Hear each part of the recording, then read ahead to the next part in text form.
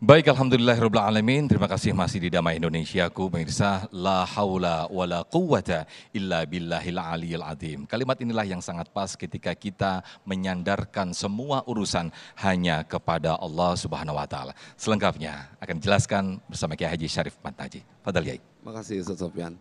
Bismillahirrahmanirrahim. Assalamualaikum warahmatullahi wabarakatuh.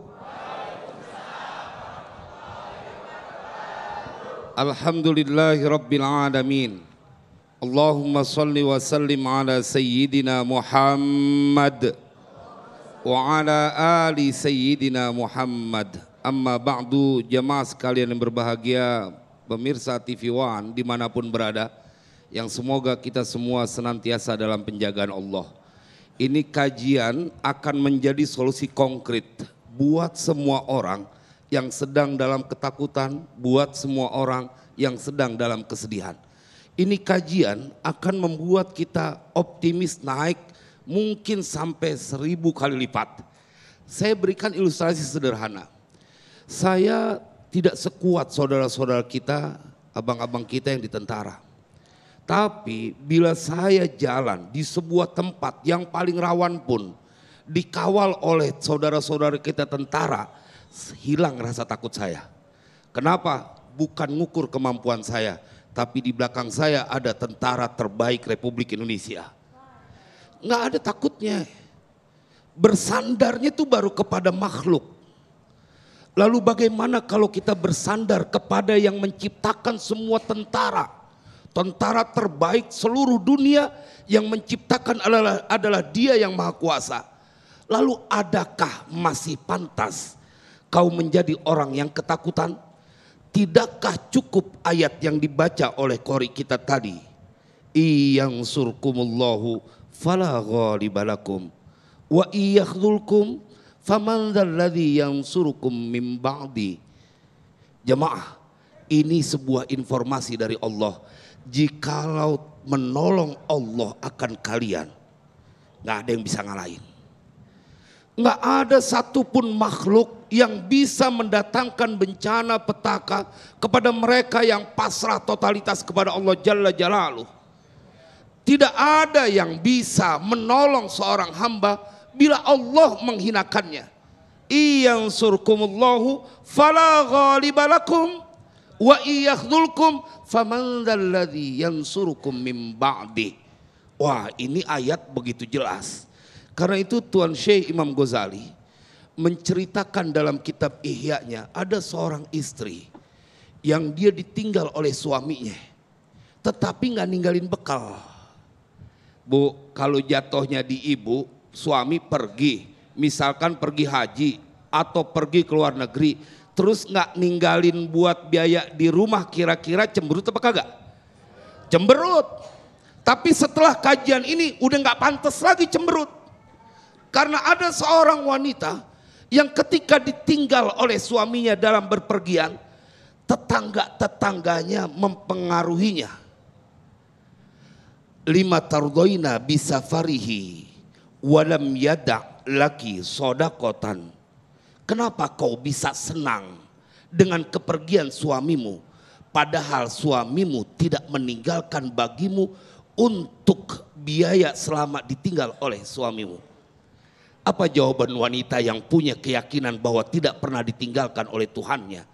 Apa jawaban seorang istri solihah yang dia tidak pernah bersandar kepada makhluk, hatta kepada suaminya?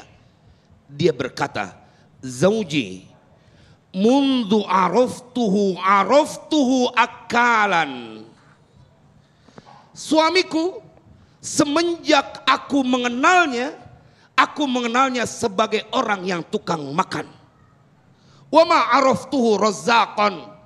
Aku tidak mengenal dia sebagai pemberi rizki. Jemaah, lalu dia bilang bahwa wali rabbun razzaqun, dan aku punya Tuhan yang memberikan rizki. Suamiku boleh pergi karena dia bukan pemberi rizki. Yang memberikan rizki adalah Dia, Allah yang Maha Kaya. Huwar Razzaq, innallaha huwar Razzaq Begitu kata Al-Quran, suamimu boleh pergi keluar kota, atau bahkan suamimu boleh meninggal dunia lebih dulu. Tetapi Tuhan yang memberikan rizki tak akan membiarkanmu dalam kesulitan. Kira-kira kalau udah ngaji begini saya tanya Bu, suaminya pergi kagak ninggalin uang belanja, cemberut apa kagak? Setengah-setengah jawabnya. Ada yang kagak, ada yang cemberut. Oh ini sesuatu yang harus kita sepakati. Bahwa suami kita adalah cuma perantara. Bila suami kita disebut sebagai pemberi rizki, bagaimana dengan para wanita yang telah ditinggal mati oleh suaminya? Apakah kemudian dia tidak punya harapan? No. Allah memberikan rizki kepada hambanya. Kita lihat ayatnya. Wa ka'ayyim min dabbatin la tahmilu rizqaha. Allahu yarzuquha wa iyyakum wa huwas samiul alim. Berapa banyak binatang melata yang dia tidak bisa membawa rizkinya.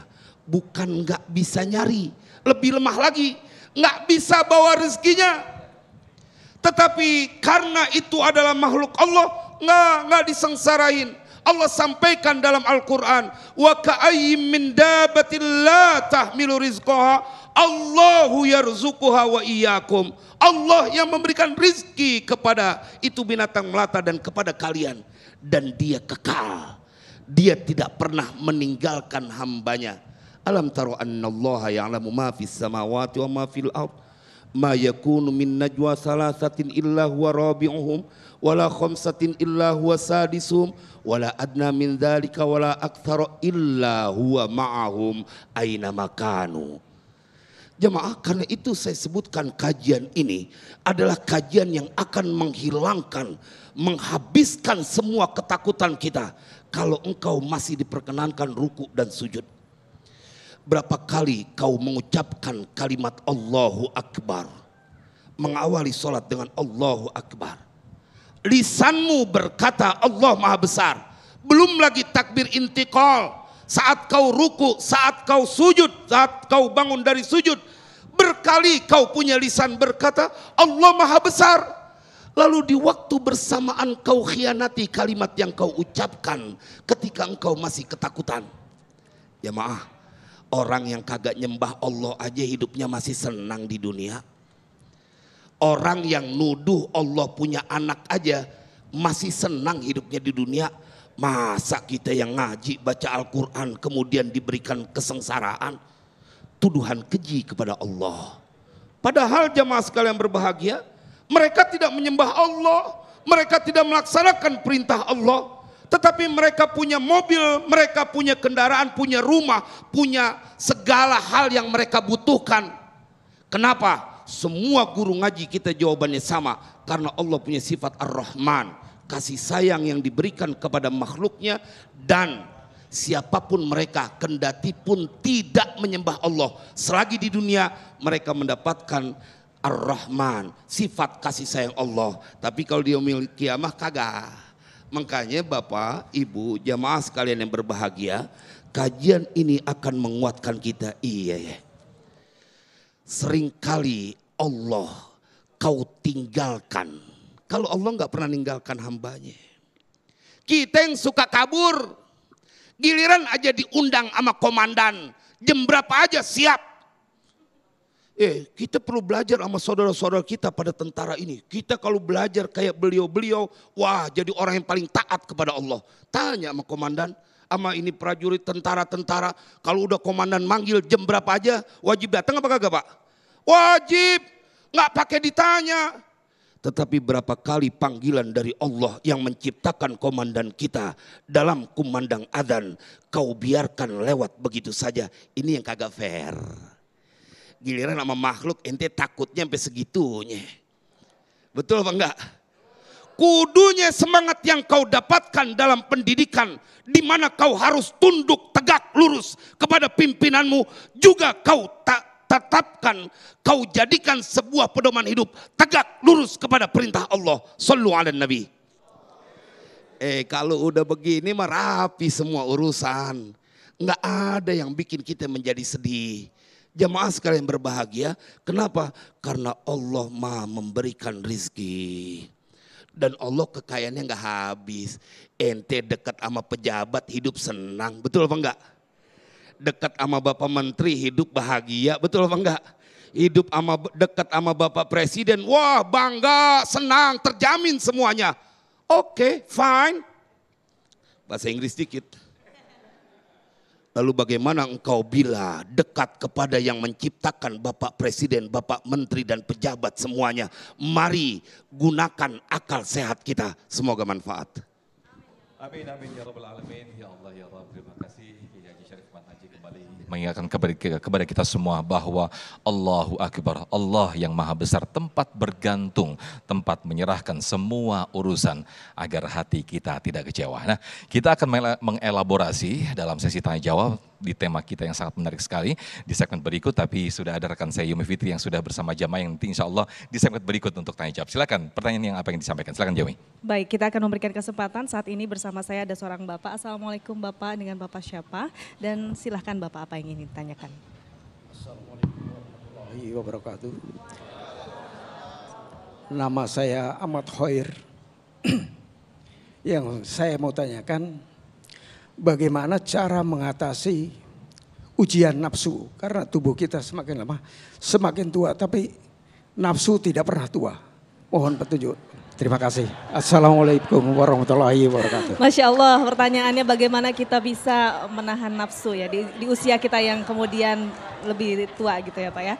Sesaat lagi pemirsa akan dijawab oleh guru-guru kita, namun usai jeda berikut tetap bersama kami di Damai Indonesiaku.